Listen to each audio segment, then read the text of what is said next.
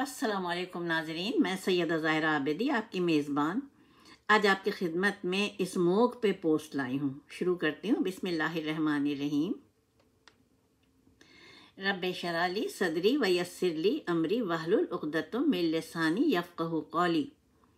अल्लाहुम्मा सल्लि अला मुहम्मदिन व आला आले मुहम्मदिन कमा सल्लैता अला इब्राहीम व आला आले इब्राहीम इन्नका हमीदुम मजीद। अल्लाहुम्मा बारिक अला मुहम्मदिन व आला आले मुहम्मदिन कमा बारकता अला इब्राहीम व आला आले इब्राहीम इन्नका हमीदुम मजीद। जी हाँ, देखिए, परवरदिगार आलम ने इंसान को 4 मौसम अता किए हैं, सर्दी, गर्मी, ख़िज़ां, बहार। लेकिन जब सर्दियाँ हल्की शुरू होती हैं, जो हल्की हल्की सर्दी कहलाती है, उस वक्त हमारे अंदर एक अच्छी खुशगवार तब्दीली का एहसास होता है। थोड़ी थोड़ी खुनकी और भी बहुत कुछ जो कि बयान नहीं किया जा सकता है, क्योंकि ये कुदरत की अता करदा तब्दीली होती है।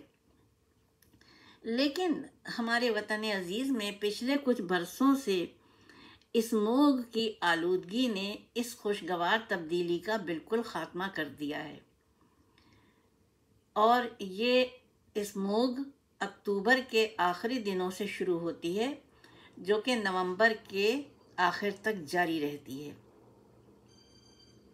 अगर नवंबर में बारिश हो जाए तो स्मोग जल्दी ख़त्म हो जाती है, लेकिन बारिश ना होने की सूरत में इसका दौरानिया बढ़ जाता है। मौसमियाती तब्दीलियों की वजह से बारिश का निज़ाम भी शदीद मुतासिर होता है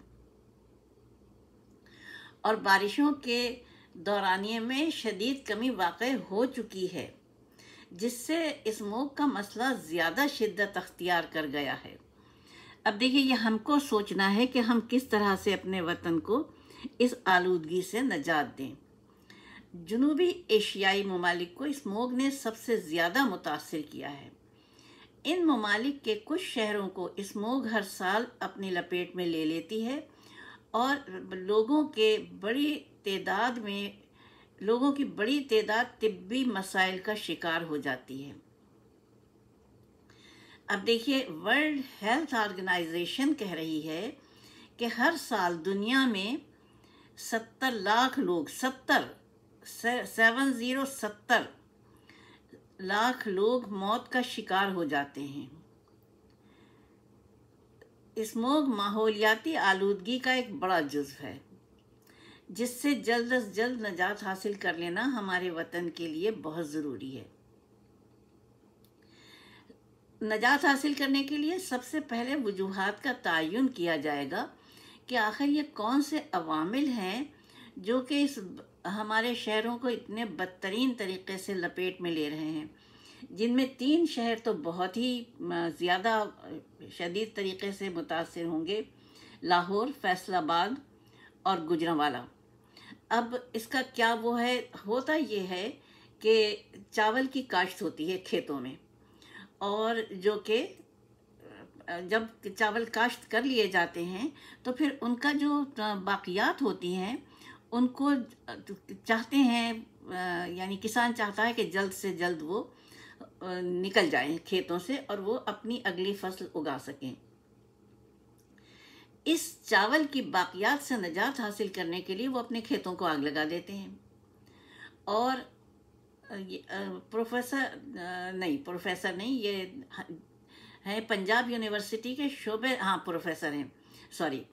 पंजाब यूनिवर्सिटी के शोबे ज़राअत के प्रोफेसर डॉक्टर राशिद अहमद का कहना है, जो कि मुहक़्क़िक़ हैं और बहुत ही बेहतरीन तवज्जो दिलाते हैं इन चीज़ों की तरफ, कि उन्होंने बताया है कि महकमे ज़राअत स्मोग का इल्ज़ाम दूसरे शोबे हाय ज़िंदगी को मुंतकिल कर रहा है, जबकि इसका तरीक़ाकार ही गैर साइंसी है। इस तरह आलूदगी के बनने में मुख्तलिफ इंसानी सरगर्मियों का तनासुब निकालना और तनासुब को बुनियाद बनाकर आलूदगी की रोकथाम के लिए पॉलिसी बनाना कोई साइंसी नुक्ते नज़र नहीं है। उनका कहना है कि ये बात बहुत अहम है कि ट्रांसपोर्ट सनतों, ईंटों के भट्टों से सारा साल धुएं का अखराज होता रहता है, लेकिन स्मोग की तह आखिर एक ख़ास मौसम में ही क्यों बनती है, यानी अक्टूबर का आखिर और नवंबर का स्टार्ट। और फिर इसका जवाब यह है कि इसके बनने के लिए माहौल में बहुत ज़्यादा गर्द गुबार का होना लाजमी है। गर्द गुबार तो वैसे सारा फिज़ा में सारा साल ही मौजूद रहता है, लेकिन चावल की बाक़ियात को जलाए जाने में इसमें गैर मामूली इजाफा हो जाता है। धुआं गर्म होने की वजह से ऊपर उठता है और वो पूरी फ़िज़ा में छा जाता है, और जब वो मिलती है और मज़ीद आलूदगी मिलती है तो फिर वो ज़मीन की सतह से ज़्यादा ऊपर नहीं जा पाता और स्मोक की शक्ल में हमारे इर्द गिर्द के फ़िज़ा में ही ठहर जाता है। अब तक हमारे वतन में स्मोक के तदारुक के लिए कोई मौसर पॉलिसी नहीं बनाई जा सकी है, जबकि अवामिल सामने नज़र आ रहे हैं जो धूल और गर्दो गुबार पैदा करते हैं, जिनमें फसलों का जलाया जाना, यानी चावल की फसल के ख़ात्मे पर चावल की बाक़ियात का जलाया जाना बहुत अहम रोल अदा कर रहा है।